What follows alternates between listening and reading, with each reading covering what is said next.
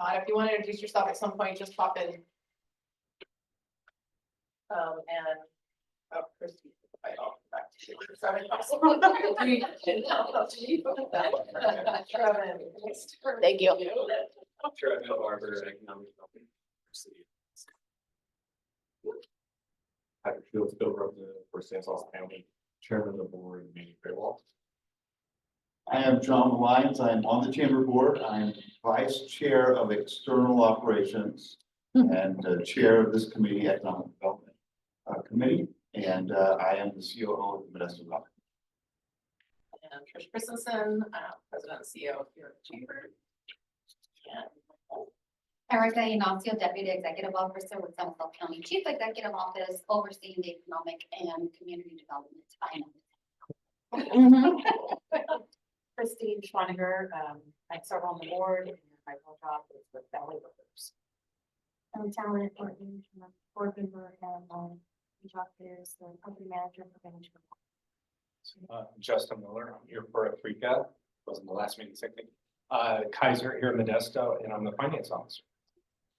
you, I recognized you, but it's the in-person thing. Yeah. Yeah. Did you take over for Chip? Was it Chip? Yes, Okay, I worked there when Chip was there. okay, It's been yes. Kirsty Boyett Zacharias, I'm the chairperson of the Chamber of Commerce Board. All right, well, today we will get started. We don't have minutes to approve, and that's my fault, so they're going to be done later today, but not in time for this meeting for May. And so we're just glad you're all here. This is always a very, I'm biased, but for those of you who don't know, I was on the chamber staff for 5 years. And then I've been on the board now for 4 years, and I had a gap in between. But being on the Economic Development Committee was just, life-changing in a sense. In the sense that I'd worked downtown for 10 years, over 10 years, had my own business downtown, was a member of the chamber, and had no clue on what happened or what went on at all, how things were done, what was going on in the business community, locally or the government community. So GRC, our Government Relations Council, and EDC, I think are two of the best committees the chamber runs, and it's for speakers like you. And so without further ado, okay. We're gonna give Erica a chance to go stand in front. Okay, go stand in front and I will And Todd. filibuster a little bit. Todd, All right. you can introduce yourself, sir. Oh, we're back to me. Yes, sir. Hi there, Todd Aronson, CEO, Visit Modesto. Weary traveler from 18 days on the road last month. Well, Todd, Business. I'm just looking at your profile picture, Todd, and you are a cool cat. I just have to say, that is one of the best I've seen. Sorry, we're in the wrong folder. You already have If I can make myself look cool in a picture, that's about the only time you're gonna see it. Let me stop That sharing. was quite created by AI, right, Todd? So, I think it could be already I had. have to open it. Oh. No, it's there. It's got it. Yeah. well, while she gets started, I will say this is a presentation that the chamber has. I'm gonna say it's been at least 4 times, your predecessors have. So we've got to see it kind of evolve and grow, and I think we're really excited to see where it is now. So Why is it not showing? give us scroll. Oh, thank you. And you might want to enable editing, so it'll allow you to do the actual PowerPoint presentation. And then one and put it. This one. right? Yeah. Thank you.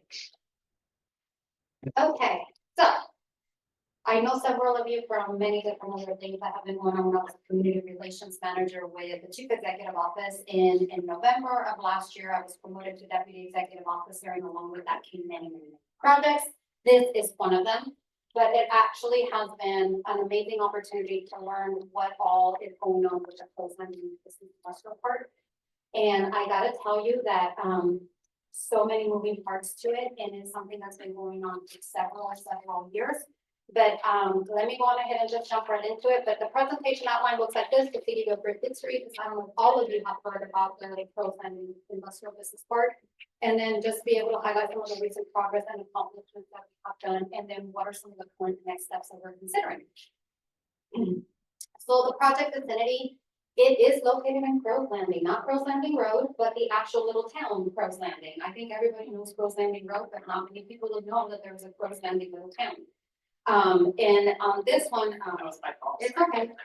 So, as you know, you may or may not know, NAFTA actually had like an airstrip out there, 1,500 acres that they decided to hand on over to Southside County. And, that happened around 19. So you have a little project outline on here that you're more than welcome to refer to if you want to know the dates. But this is what it looks like. And along with that, it came with two major landing strips that we also needed to take into account as we were developing, considering how do we want to develop these 1,500 acres. Of the 1,500 acres, we have like 160 acres that have not been completely transferred over to San Jose County, just because there's some additional clearance that they need to go through as far as environmental review. So there you go. In 2004, NAFTA conveyed the 1,300 acres, and like I said, it's 1,528 actually, but we have 160, there's 176 that are still remaining. 2018, we completed a specific plan, a CEQA process, and certified the EIR. This one kind of gave us an idea that said, okay, based on these current zoning, based on this CEQA study, these are the only types of business sites that are out in the area. We have heard so many different proposals of what people want to do out there. So there is like, okay, we have a plan. We need to make sure that they fall within that alignment of what that plan looks like. And based on the current clearance that we have on the CEQA that was completed. I can tell you that there's been some requests to have, for example, to build a hospital out there. Well, the current CEQA process that we have wouldn't allow us to do that. We could do an urgent care, but we just could not do a hospital because of the overnight components that come with it. So that's just an example. In 2019, the phase 1A infrastructure design was initiated.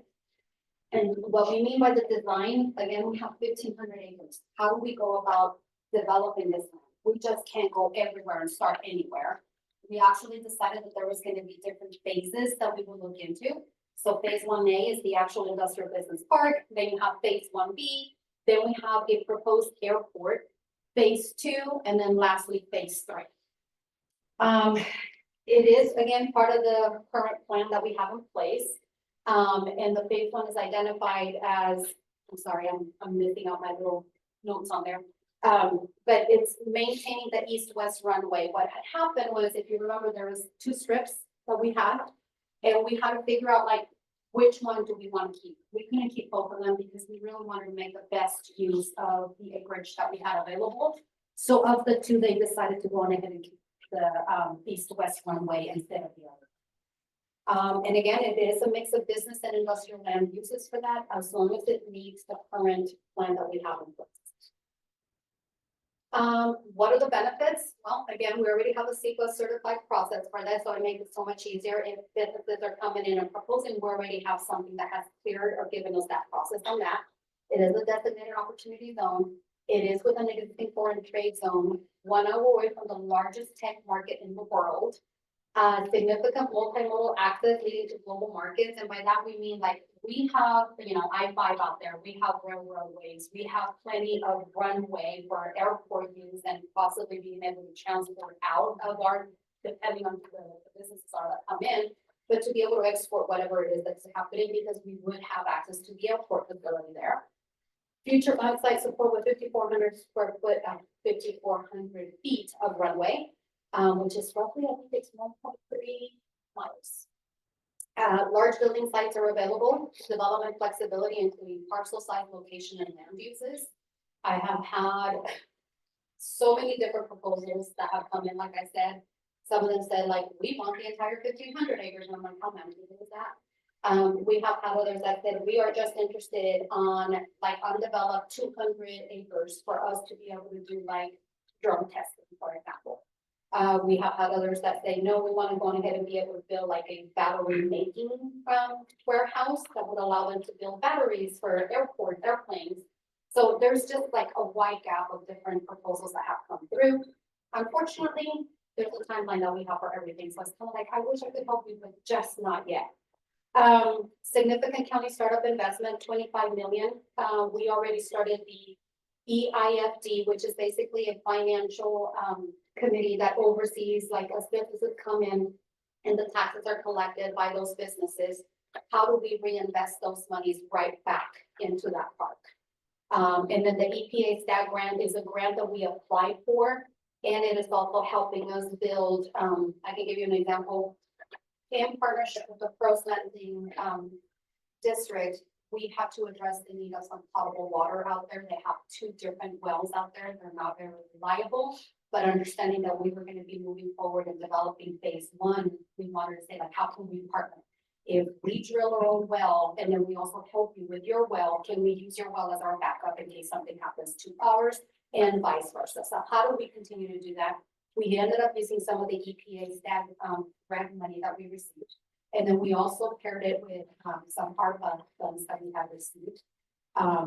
We have allocated $12 million of ARPA funds towards the significant infrastructure improvement by focusing on economic development, which is creating good paying jobs into the future, which is what ARPA funds were intended to do as one of the many possibilities.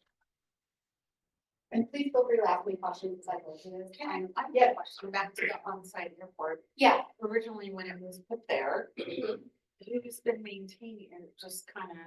it has just been what it is. Okay. However, interestingly enough, the Air Force reached out to me and they're like, hey, you know, we have to do training for our pilots and for our engineers. We're certified. Could we look at your guys' runway as a possibility for us to do training? And at the same time, because we are certified to do the evaluation, we could give you that certification for free. So it's an exchange, right? So it is a possibility that we might be able to partner at no cost with the Air Force and allow it as a training opportunity for their pilots and engineers, and at the same time for the county to benefit from having the certification. And then my second question, when it was put there, originally, what was the reason behind it? Well, being a NASA facility, they were actually using it. Yeah, yeah, that's right. Yeah. Okay. I forgot. No, it's okay. The master developer pursuit and the saga continues. So as you know, this has been an ongoing project for several years. You yourself have indicated that you have heard 3 updates from Keith and, you know, so forth on what was going on this project in particular. So in 2021, we issued an RFP so that we could actually get like a developer, like a master developer that could come on board and help the county develop this land, because let's say that we're government, we're not developers, we're not into that business, we needed an expert.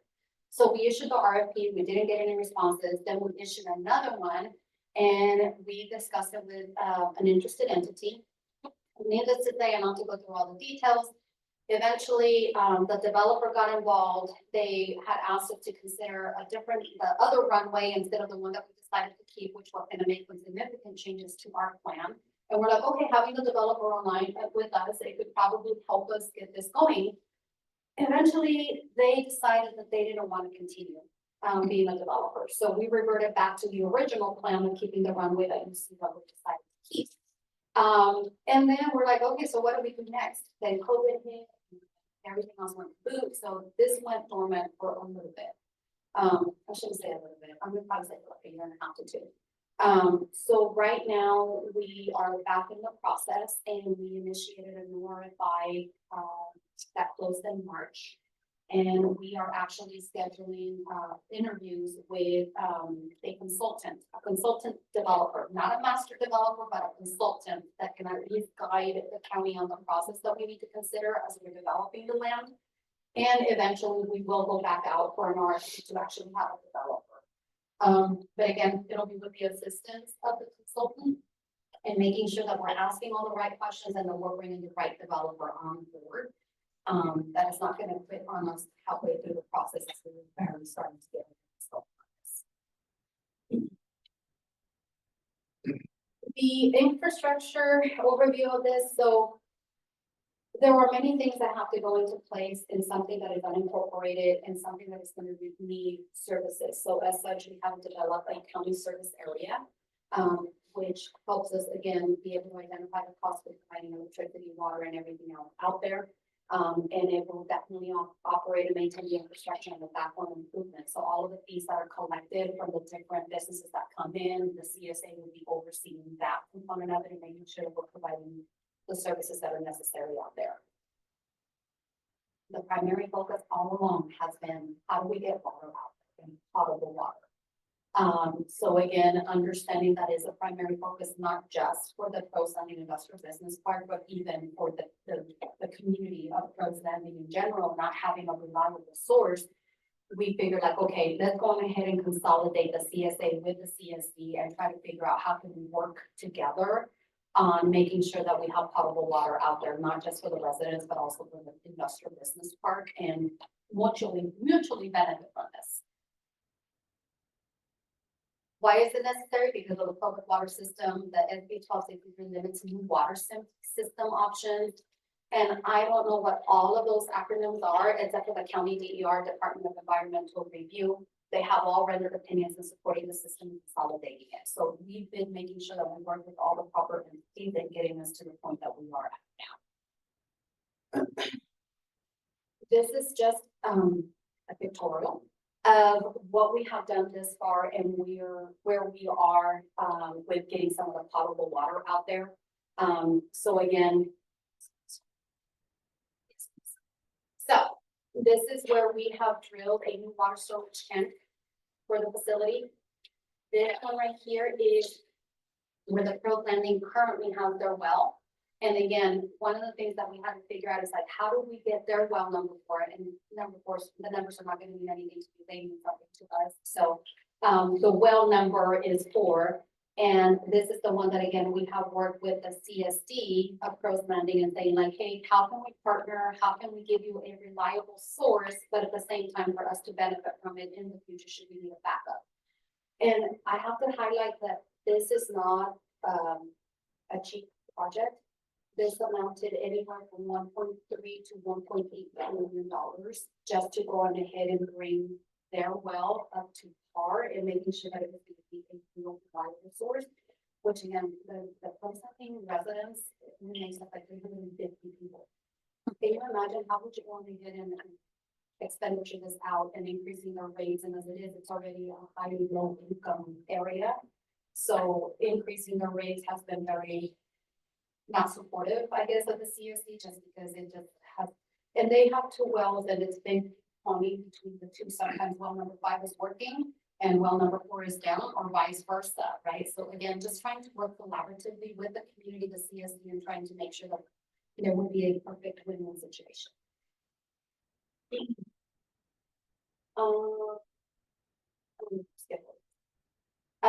This is again, I should have just removed these because these are just more of the engineering component of things.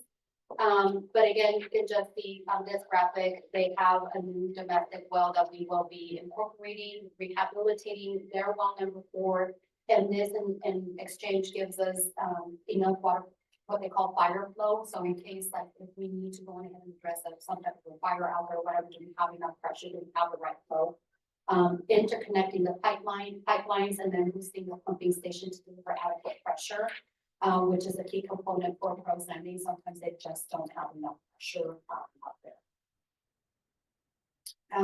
So project the CSD and the county responsibilities. So they would continue to oversee the existing system operations, oversight of the new system and the building component of it. And then fund and construct all new water system infrastructure, fund and construct and connect with existing system, the funding preparation of amended water permits, fund process regulatory approvals, the billing, any financial shortfalls in establishing operating reserve funds and fund preparations of the rate study for new system. So again, this is what the CSD currently does. This is everything that the county is involved in making sure that we move forward and providing that support to the CSD.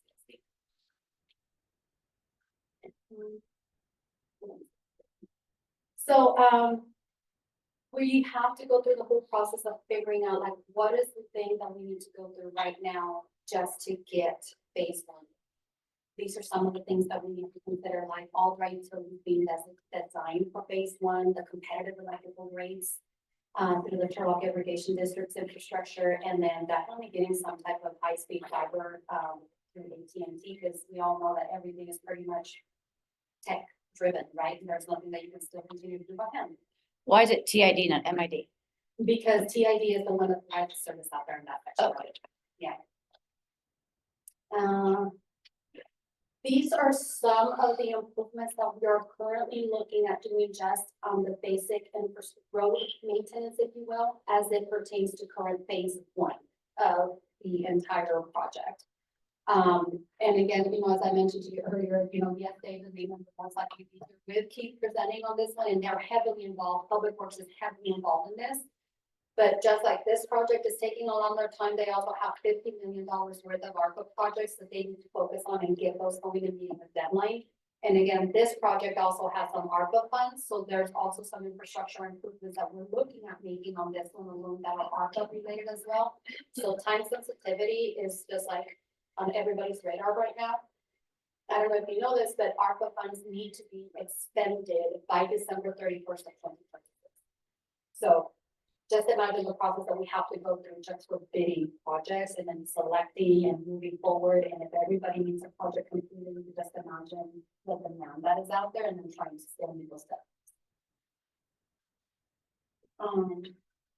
So this is Public Works will repave the Ike Groves Road and portions of Bell Road with Measure L and or SB funding as part of resurfacing every road in the county 3 times in 25 years. I don't know if you guys knew that, but they maintain roughly 1,500 miles of county roads.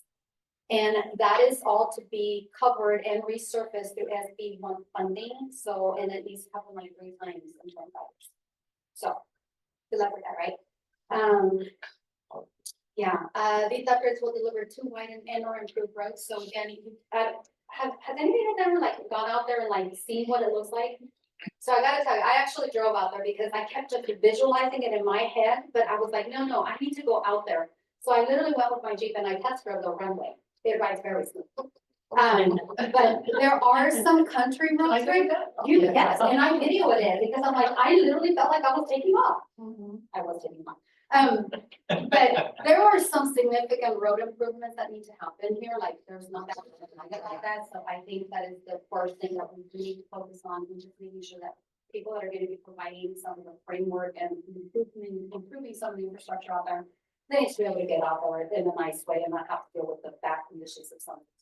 Erica, since you've been out there, that little pot at the bottom, I'm assuming is the residential. Yes, part. right here. How long does it take to get from there out to the industrial park? It doesn't take very long, and again, it's based on the conditions of the road, right? Oh. Yeah, like, I mean, mine's a 3 Jeep, miles, 5 yeah. miles? Yeah, mine's a Jeep. I mean, I don't care how many potholes there are, somebody has a low car, you're gonna be mindful of that. But yeah, it's not very far. 5 miles or something. Yeah, I would say it's probably around that. And quite honestly, it makes me wonder how they dealt with probably some of the traffic noise when the airport was there, to be honest. I don't know how that is or is not. Back in 42, when it was military, that would have been all the spouses, right? And then where the Yeah. military lived. So, phase 1, we obviously want to make it very inviting. And this has been one of the preliminary drawings on what we wanted to do for the entry of, as you go into that specific one. And this is the rendering that was provided, and there were multiple that were provided, and this one's the one that was selected. We have several different materials, and again, this is one of the most up-to-date timelines that you have, because we had to change development of phase 1 adjacent to Fink Road is projected to begin construction in 2025.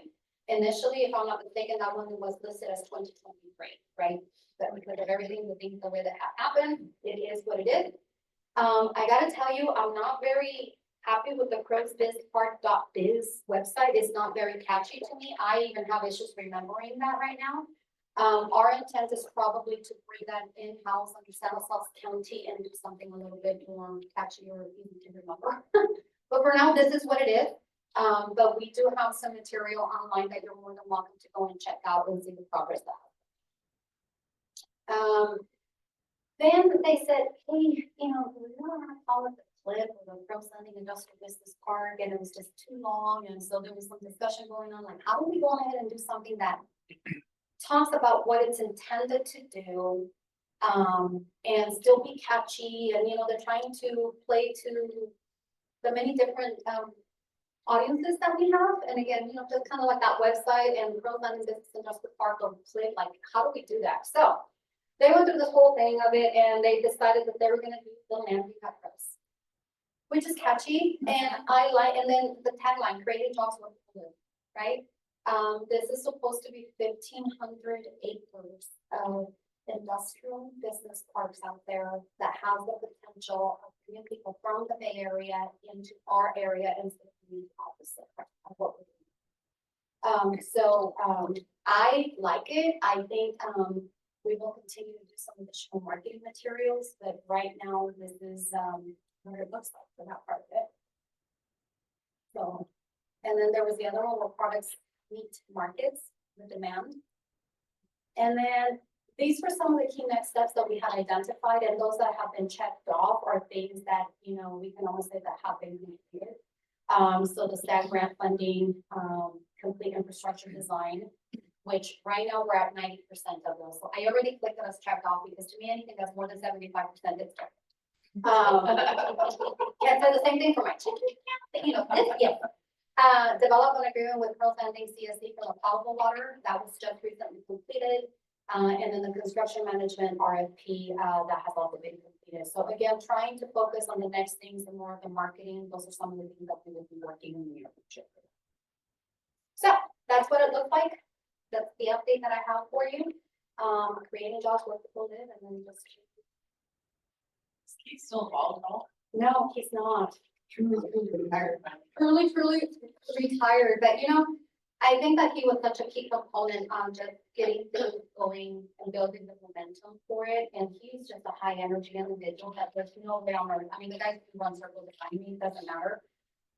But he will always be connected to that. And I think people will remember that just because it's been such an ongoing project, and will continue to, I mean, like, I'm looking to 2038 to have completion of phase 3.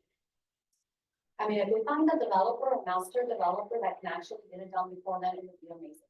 It would be amazing, but that's the timeline that we have, and I hope it gets to be completed sooner and not later, because I still want to be alive when this is done, because then I can say like, I completed some of those projects. What is it that makes it so hard to find a master developer?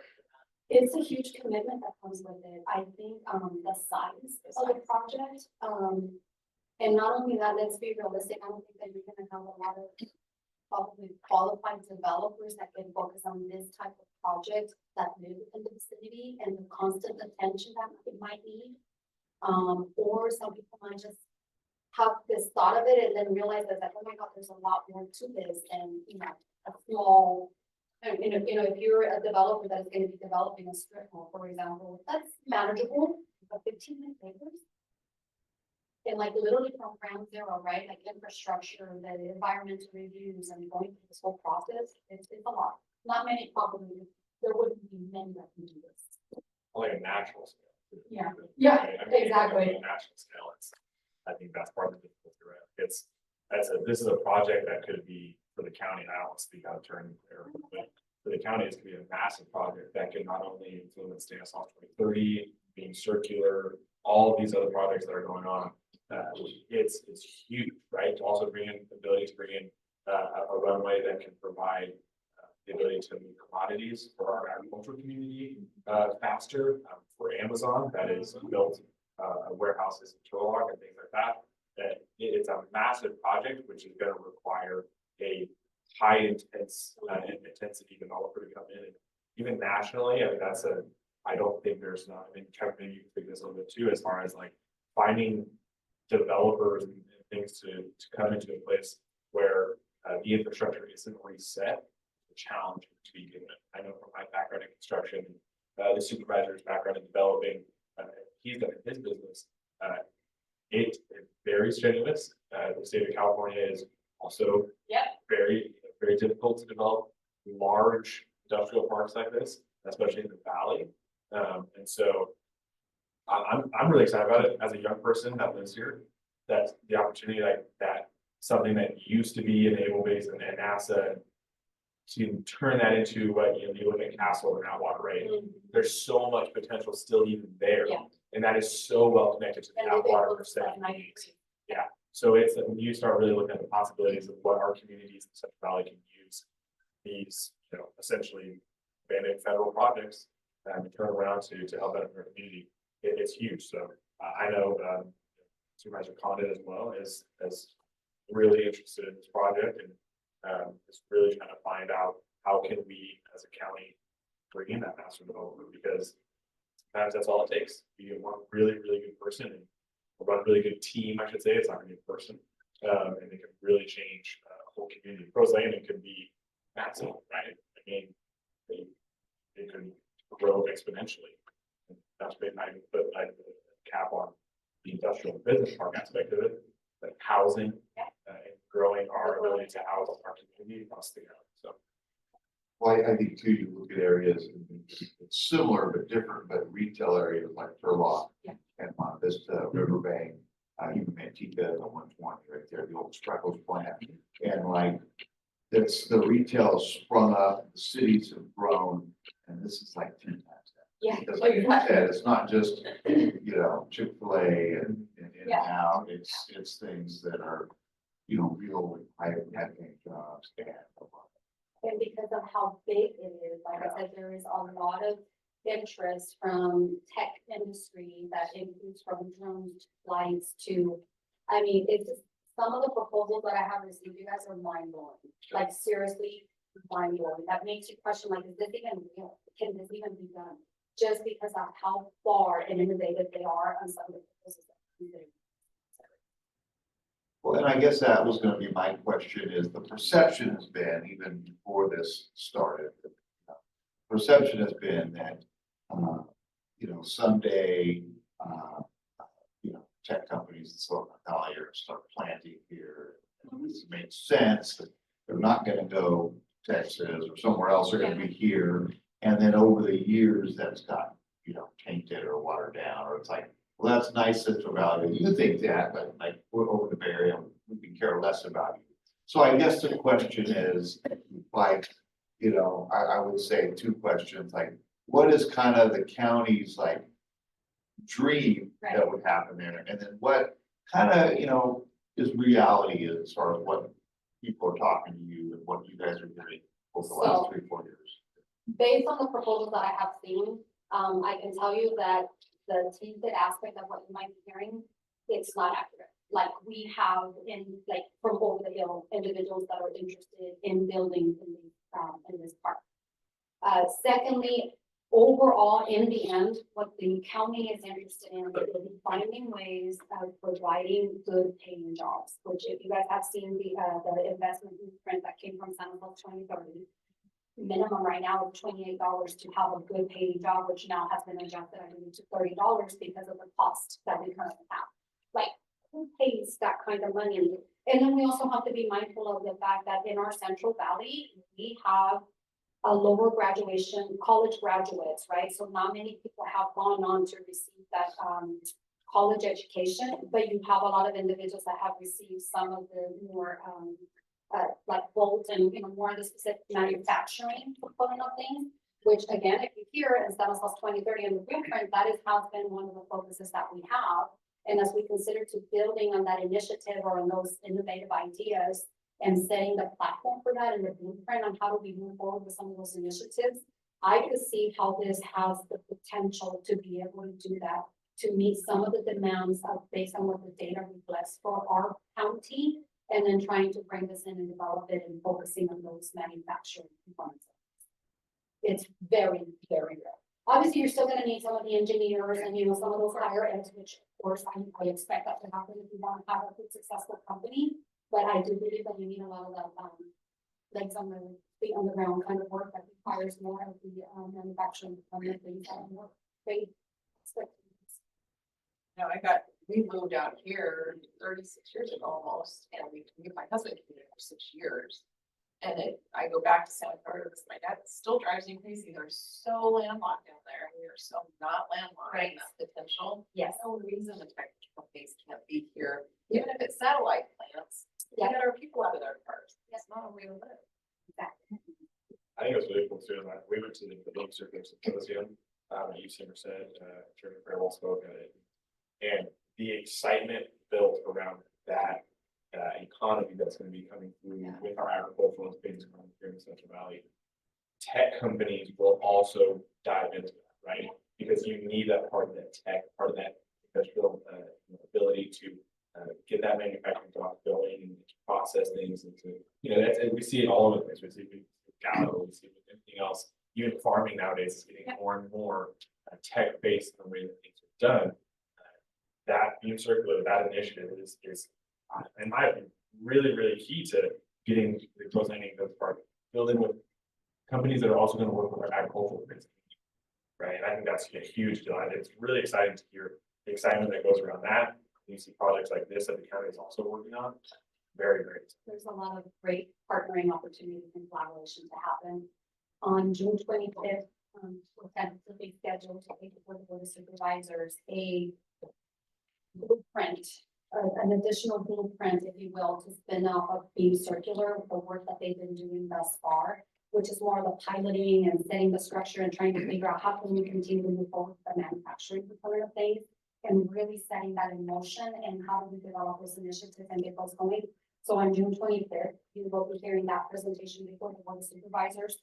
And then you will also have Summit of 2030 that will be presenting on a 3-branch approach, if you will, from childcare and developing childcare, getting licensed childcare, and the possibility of expanding that small business component of it. By doing a 2-prong approach on that it addresses the lack of childcare availability, but it also helps individuals build a small business to operate from their home. And then you have talent development, which focuses on how do we set the standard for manufacturing, training, and education. And trying to focus on those, like, what are the basic needs that we need at minimum, and then what are the core, in order for you to start working at Galway, in order for you to start working here, in order for you to start working here. So it really works on that and focuses on that. And then the other one is on the small business component of things. How do we develop that small businesses? What role do the chambers play? What role do other organizations play? And how do we start streamlining some of those processes? So I know you've been part of those discussions that we've been presenting through, the different, Next Street was one of the ones that brought us in, Merger was the one that has taken care of the childcare component of things. So again, on June 25th, you will also be hearing about that during the Board of Supervisors and looking at this initiative and we want to proceed. So, any other questions? I know it's a lot. The master developer that left, was it something they didn't like, or is it something, I mean, how, They're the ones that decided to resign from the project. Yeah. just ran out of funds, or? No, they just decided that it was not something that they wanted to continue. And they weren't local, definitely. They were. Any other questions? Even any, I know, like, when I asked for developers, I mean, Yeah. I feel like it's. I'm always curious, where, well, do you know where they came from or where they were? I don't remember where they came from, to be honest with you. I know that, based on the RFI that I have right now, some of the, respondents have worked on local projects. But they're not local, but they've worked on the projects. Yeah. Well, I think too, the exciting thing about this is countywide. Yeah. Even region-wide, in the Yeah. sense that as this gets going, the airport's up and running and so forth, Modesto's gonna benefit, Patterson's gonna benefit. All of them. Huron's gonna benefit, Yep. yeah, all of these places. Throughout the county and even into San Joaquin County. So. Yeah, it's a regional exciting. approach. It's a region benefit, absolutely. So thank you very much. Thank you. Thank you. And I see Gavin's joined us as well.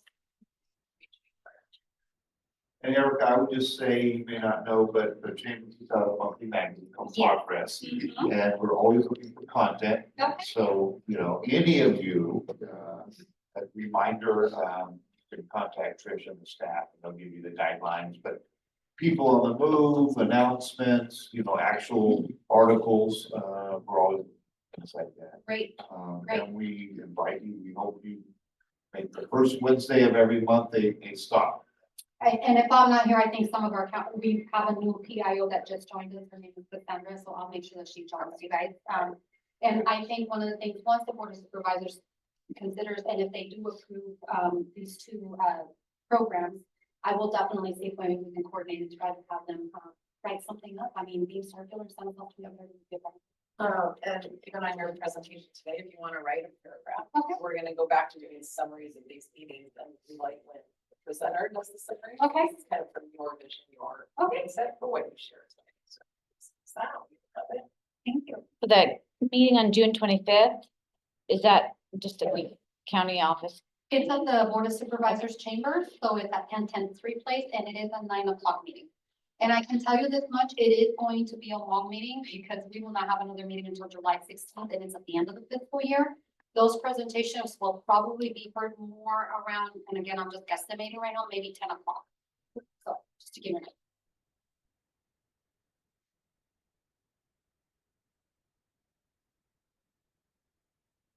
You, have anything you wanna discuss upcoming events, Trish?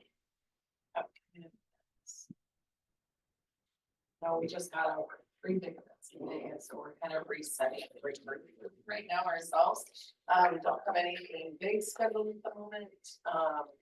You know, standing things are the standing things. Shocker and Modesto is getting some new focus, and we're getting ready to do new push on marketing for that.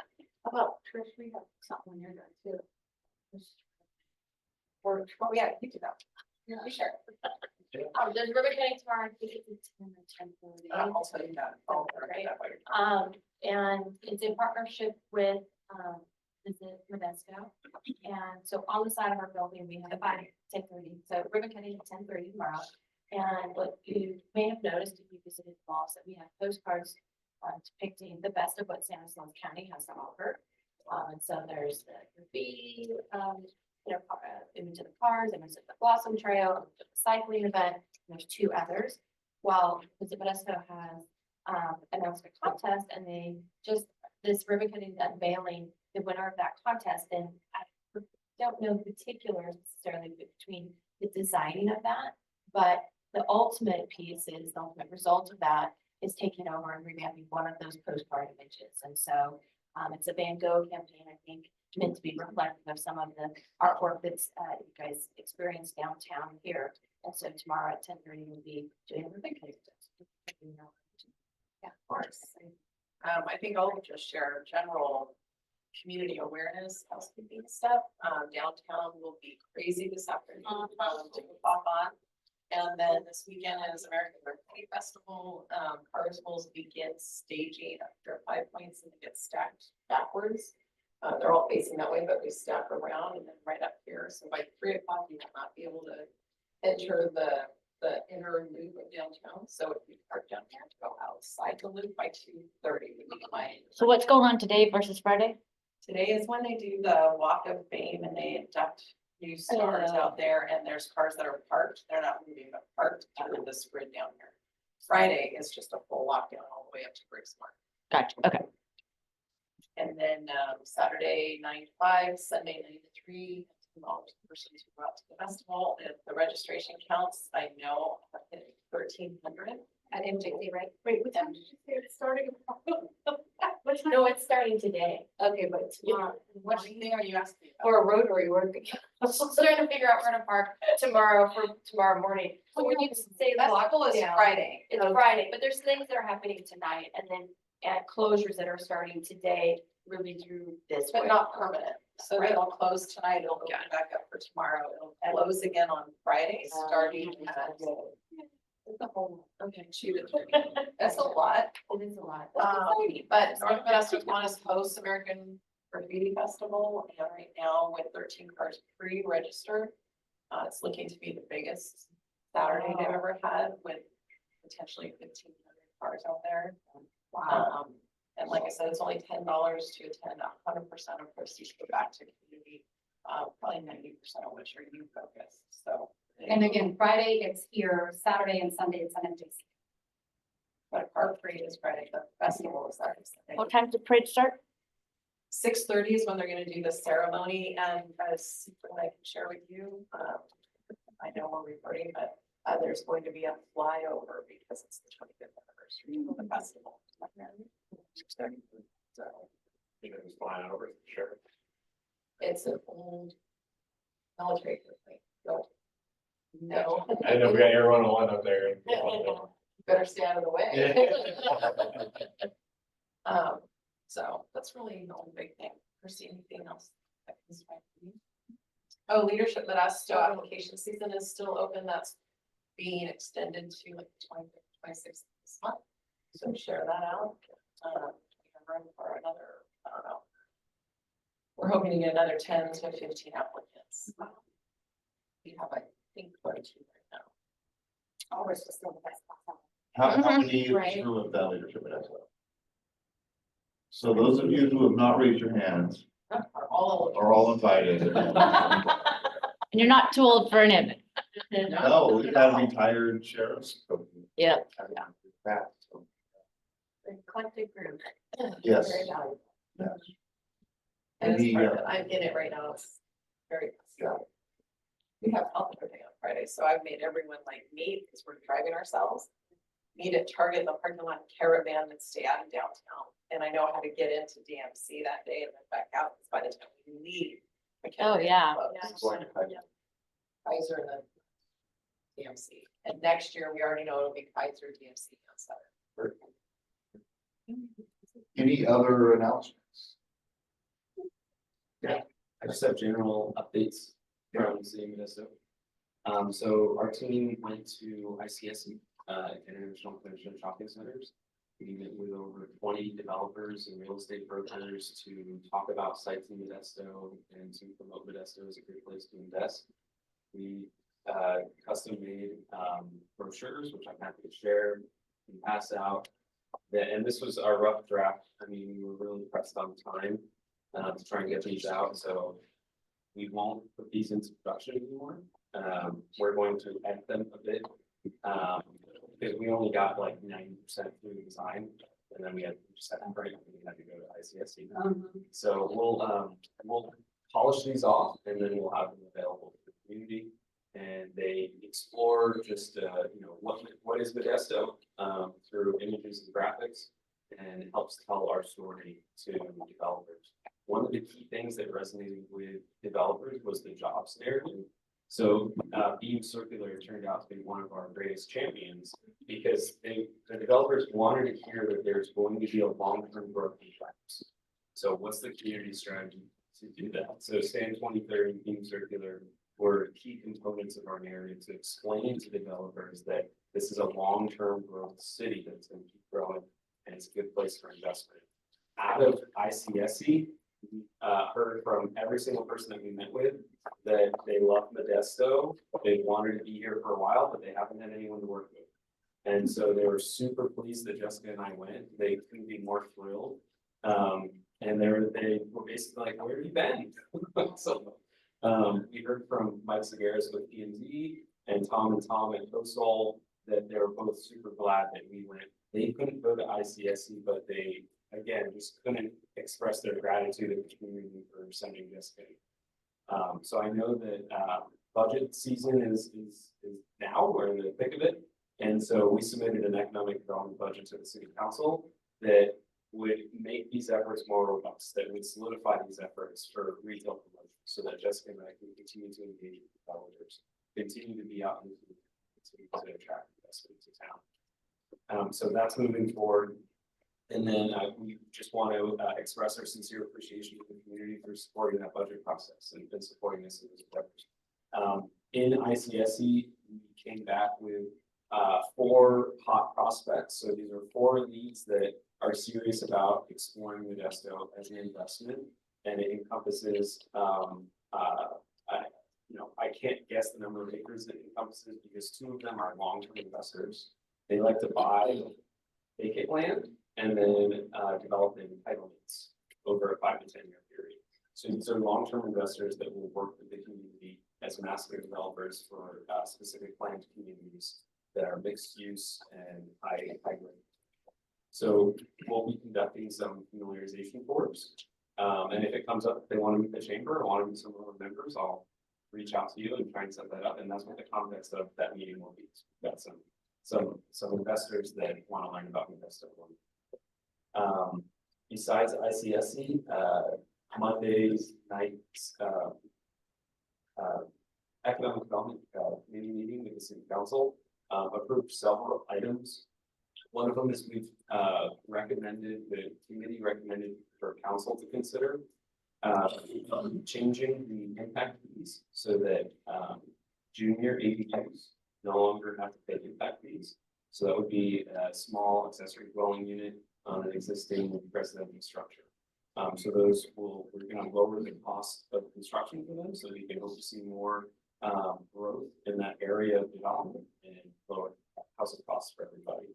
The next one was the city is recommending the vacature of an alley that's never been used, a right of way that's never been used over on Yosemite.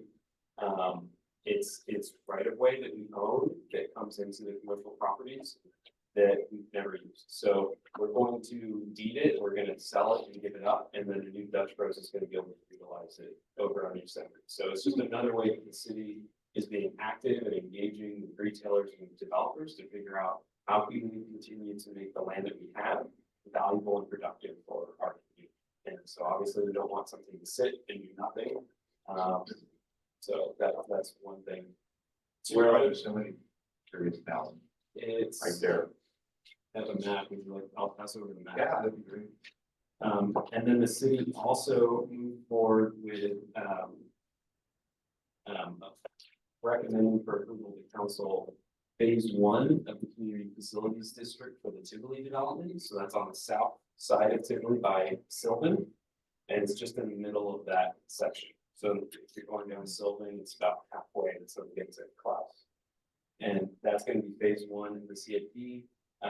And we're opening it up and starting the CFP process there so that when the developers are ready, which we think that they're going to be ready soon, we can initiate bonds for facilities. So they also approved the facility budget for that CFP. So we'll see several hundred homes in the near future being proposed at that center.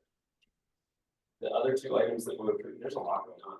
The other two things that were approved by EDC is the council approved to recommend to committee approved to recommend to council $500,000 to fund health force partners. So that's a mental behavioral health plan workforce pipeline. So they're partner with the local hospitals creating internships for behavioral health clinicians, and they'll pay for those. They'll pay stipends for those positions.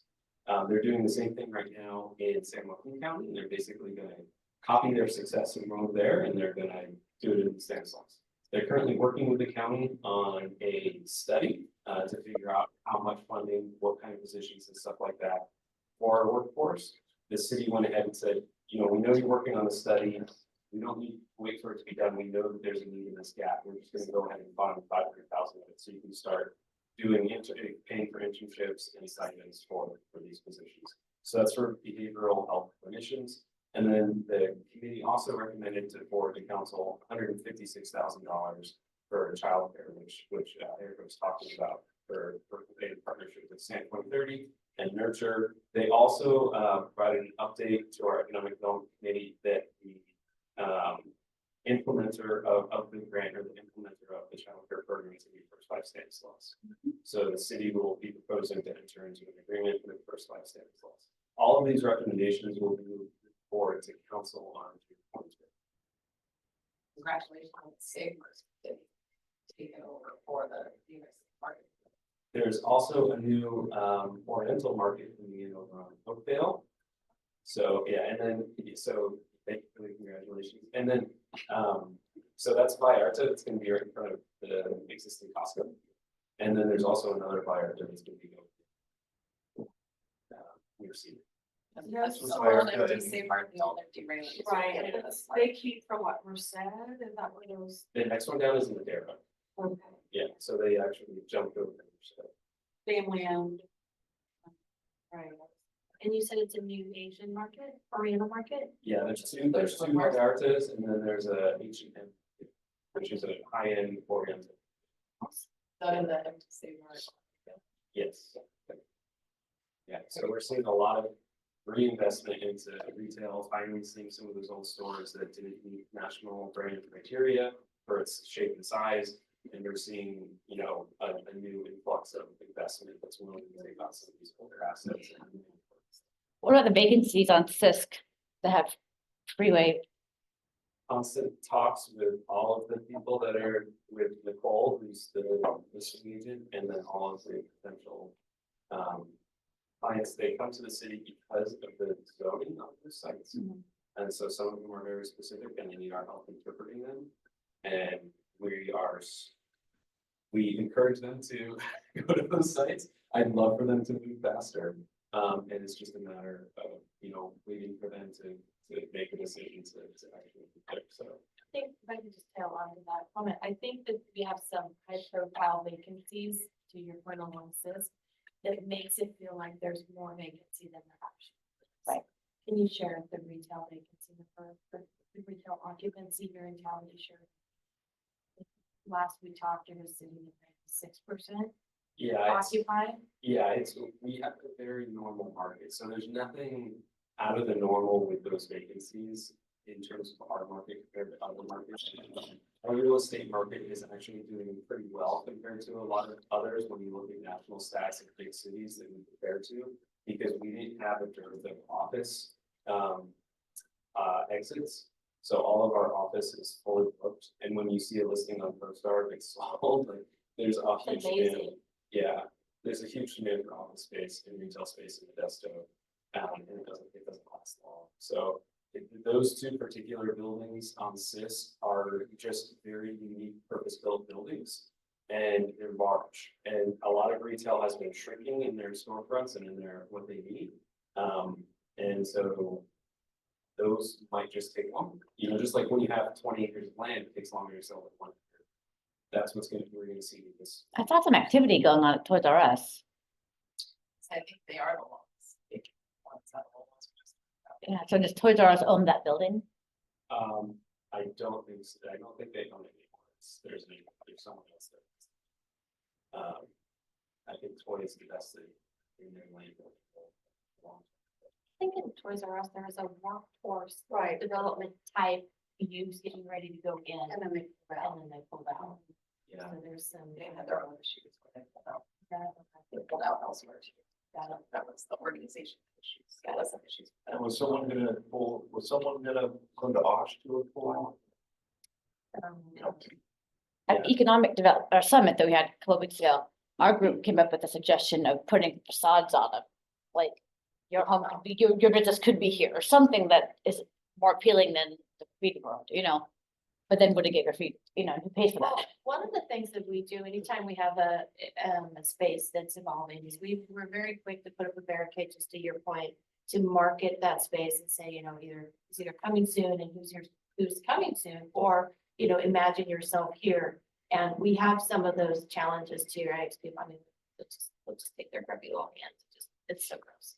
But you know, that's the interior in the mall, right? Or they'll peel it, they'll stand there just long, I'm like, why? Anyways, but to your point about a barricade and graffiti issues, what we found, and I found this in the Fresno market in here, is that when you do put up a barricade and you put up unique artwork that feels that people know is local, they respect it. Like the mural. Not forever, not forever, but they'll respect it for a year is what my experience has been. Before you need to come back and address. So it would be nice to see them do something, and obviously the owners would need to do, I don't know how you can't barricade that entire building, both buildings, but it would be nice to do something aesthetically pleasing. Because it does feel like we have a higher rate than we have because of, you know, those prime locations. Yeah, they're really visible. And what's interesting and contradictory about that fact is that we met with retailers who are like, it's not visible. It's like, it's got that sound barrier, and they don't want the sound barrier on the freeway. Okay. Oh my gosh. It's- Damned if you do, damned if you don't. Never fails. So- Put a monument sign higher than the barrier. It's just a difficult site. We had a pretty famous chicken fast food restaurant. Chick-fil-A. I can't say, and that was also one of their comments. So it's just it's a tough site. I know it's a. That's low hanging fruit for them to blame it on. Yeah. You know, So we'll see what we can do, but, I think that the most likely outcome is it's gonna be some use that is able to pay the rent for the whole site. But it gets smaller, they're not gonna need the whole site, and finding that type of use is gonna be challenging. Trevor, as you do those tours, if there's any partnership or any way we can collaborate and help you with those familiarization tours, just let me know. We're Yeah. happy to. I'm assuming you've seen the collateral she uses, like she's got prospects. And Trevor's so nice. The tour we did BBC a month ago, so. Yeah, and I just wanna publicly thank Kelly, she's been a great partner for the city of Modesto. Introduced us to her team members from research, and we ended up meeting with them at ICSC and had some very productive conversations that, not at liberty to share yet, but in a couple of weeks we'll have more info for Kelly's team at least. But very, very good part. And just, so you know, so that, it was great that you guys attended, because that was the first time in like 10 or 15 years since. For EDC, and so that's generated a lot of internal conversation on our side that was not generated by me, so that was so wonderful to have that stirred up between our leasing and our development group, and so they're reaching out to me saying, hey, and I'm like, usually I'm always the one initiating everything, so thank you for attending. The double-edged sword, right? But But tend to gain knowledge and additional work. yes, but it all worked out really well, and I'm glad to see that you guys were attending, and I'm so excited about your collateral. Yeah. You know, we'll definitely incorporate that into what we have to offer. Is this website up, choosemodesto.com? Yeah, that's our economic development. website. It was kind of put together, maybe a couple of days ago during the pandemic. So that's also similar to this brochure, like, it's like 90% there, it's just not quite polished. So we're not quite advertising it, we don't pay for any advertisement, it doesn't get a ton of views yet, which we're okay with. Right. Because it's just, we need to clean it up just a tiny bit. Yeah, I don't think I could see that before. Jumped out to John. And it's really, it's a purpose-built website specific for site selectors and investors. Like if you're a business owner, or if you're a site selector, or you're a VP of real estate, that's our target audience for that website. It's like, we want you to be able to get vicinity maps, site data, demographics, and feel confident that here's some testimonials about local businesses that if you partner with us as a city, that we can take care of. And it's just not there.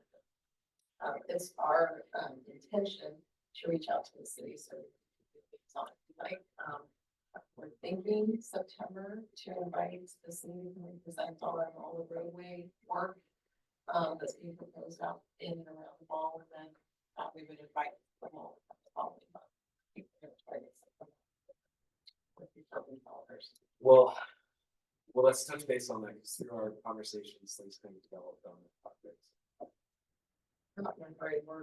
I just anchored August speaker yesterday, so we're looking at September, October, November, and how to align those, so Gotcha. we have flexibility. Okay. Do we have any concern about the fact that the next speaker day is the day before 4th of July? We moved it out. Oh, I looked at the calendar.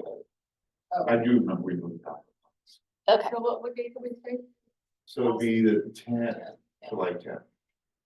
So July 10th, our speakers from Stanislaus Farm, great segue. Stanislaus Farm Bureau, the executive director, CEO of Stanislaus Farm Bureau, Katie. And she came about a year ago, and she didn't have them back. And then Happy to see. August, we will have the rail. So King. Dan and or his team, yeah, kind of talk about. It's a mouthful. Someone who come and spoken as they've developed ACE train and try to develop it through that's going down and so and we believe that. So we're gonna. It's actually going to co-present. I met with him yesterday here in the office, and he now has a new director who joined him here And the person that will now, they're going to be able to regionalize their work a little bit again, or it's been only 6 months. So the new person that will be in our pocket will be presenting, like watching him and presenting with him, Okay. is their goal. Great. Yesterday was only their second day with them, so. Oh, my. Yeah. Like, well, yeah, bookkeeper's been with me this amount of time. So those are the things we're looking at right now. I guess this is a, One more, if we've got our calendars out. Yeah. August seventh is gonna be the first Central Valley Real Estate Summit, co-sponsored by the city of Modesto and CoStar. So we're going to invite a bunch of economists from CoStar and all of the brokers from the Bay Area, the Capital Region, and Central California are gonna come to Modesto to talk about real estate. So That's the day of the August EDC meeting. it's gonna be at night, when everyone gets off work, so it'll be somewhere like 6 to 8. We'll all meet at the convention center, and then, there's cocktails out there. And what was the title of the event again? It's the Central Valley Real Estate Summit. And we're doing it as part of our economic development strategic plan development. So part of it is we're providing content to get all the brokers here, and then we're gonna be surveying on their opinions about this. And is this addressing commercial and retail? Residential? Mostly commercial. I think by virtue of, we're talking big developments, there's gonna be some talks. We were thinking of trying to get like maybe like a demo built so everyone can see it, it's fun, but mostly commercial real estate, so multifamily, industrial, commercial, retail, office, hospitality, and special purpose. That's awesome. Yeah, And the city will be the presenters, if you. yeah. Still very similar to something that Stockton does with the real estate community, but they, generally, they'll have a speaker from each of the, office, retail, and then industrial, so it'd be great to hear from the cities. And we can't buy everyone alcohol, so we're gonna have a partner with us, so.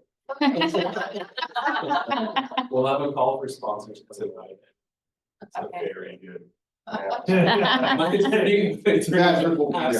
It's a very good segue. I was like, but I want the city council members to hand out free tickets for everybody. Yeah. Like, Yeah. absolutely. We ran into a similar issue with the state of the county. We wanted wine and it was kind of a hard no. Like, Yeah. don't do that. So I appreciate. I appreciate the concern. Tasting generally helps get things done, but when you come up with that flyer, please send it to me. Partner with you in that way. I just want it, it's preliminary, but I just want to be back out here, so you can see. We're gonna blink and it's gonna be sent. Yeah. Two things on that. I'll go with that since calendars are out on October. Yeah. 30th. The chamber, our chamber will be hosting Stanislaus County, or Stanislaus, not on the county, Stanislaus Economic Summit. We're bringing in the same speaker that BIA brings in to Sound King every year. Well, it's 3 of us, right? Isn't BIA getting contract too? No, he's paying for his, not paying for mine. Oh, okay. No, we're splitting the travel costs on Got the it. speaker. That's the only place that we're sharing. But we'll be bringing him in. He's called, his catchphrase is that he's the bow tie economist. For doing stats, info and insights. He's highly entertaining and Yeah, you're not gonna fall asleep. no, it's interesting. What time? We don't even have any, Oh. we're not talking. But it's in October. Okay. Yeah. That'd be awesome. Yeah, October, you know, here and on that will be a breakfast for Yeah. lunch. Right. And then he'll present, in South Key the very next day. And I will share since we're here, and Trevin has offered, himself and Bob and Cindy are assisting. We've never written a formal press release. I'm hoping to get it out still by this weekend, but I went and stood in front of the California State Employment Training Panel in Sacramento on Friday. And in the end, was awarded the whole proposal that I submitted, which is $408,000. Congratulations. A really big contract for our first time through, and ours is focused specifically on manufacturing training reimbursement to employers, so that's. It was such a value for the members. Oh, yeah. Are you able to leverage those funds, like if you were to work with, and I'm just thinking out loud, like Santa Claus Workforce Development, I'm trying to figure out how you guys could possibly leverage those funds? or It's no? not a grant, it's a Okay. service contract. Okay, So got it. it is specifically to reimburse employers Got it. within the manufacturing mix Mm. codes Mhm. for the time they invest in employees on the clock. Got it, okay. That's awesome. So no, I have no say in what I do. Very true. And it's a big award for our first time. That's right. They are Fantastic. Awesome. Awesome. It's rough. You were smiling, so I don't know. Turn around. It's done, so I think there's a lot of sharing today. Yeah, I like it. Yeah, no, it's great stuff, and that's kind of what we're here for, is that, we don't do this enough, but we'll just kind of, spitball and talk about what's going on, is always really useful, you guys, I've made some notes, I've had some of y'all be emailing separately afterwards, with some things. I would say too, that if anyone has an interest in presenting, or you just think, I don't want to present, but this would be a great topic, we're always. And there's things that we tend to do and have done every year, and but we're always looking for new ways. There's so much diversity of businesses, industry here. A lot of times, you know some of what's going on, you don't know everything. So that's kind of what this forum is for. So, For your time and Yeah, thank you. setting today. All those ones are to be back. Yeah. Oh, it's the building going in. You're so hopeful, so hopeful. And they have drinking water. Yeah, that'll be my first major, the potable water. all right, well, we will adjourn. Thank you. All right. Thank you, everyone. It's great. And just so you guys don't Thank you, too. know, the chamber always on their website records all these, and they end up showing up on the website, the sad government relations, so that's all. Good day. All right. Okay, thank you. Bye.